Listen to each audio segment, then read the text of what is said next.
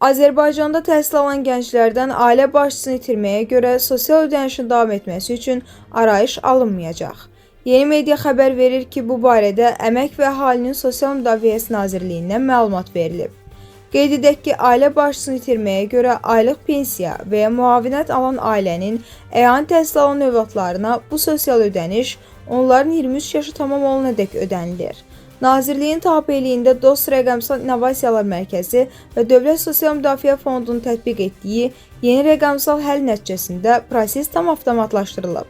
Vəfat etmiş və ya həlak olmuş şəxslərin ölkə daxilində əyani təhsil alan 23 yaşadək övladlarının əyani təhsil almaları barədə məlumatlar Dövlət İmtahan Mərkəzinin tələbə məzun informasiya bazasından elektron qaydada əldə olunur.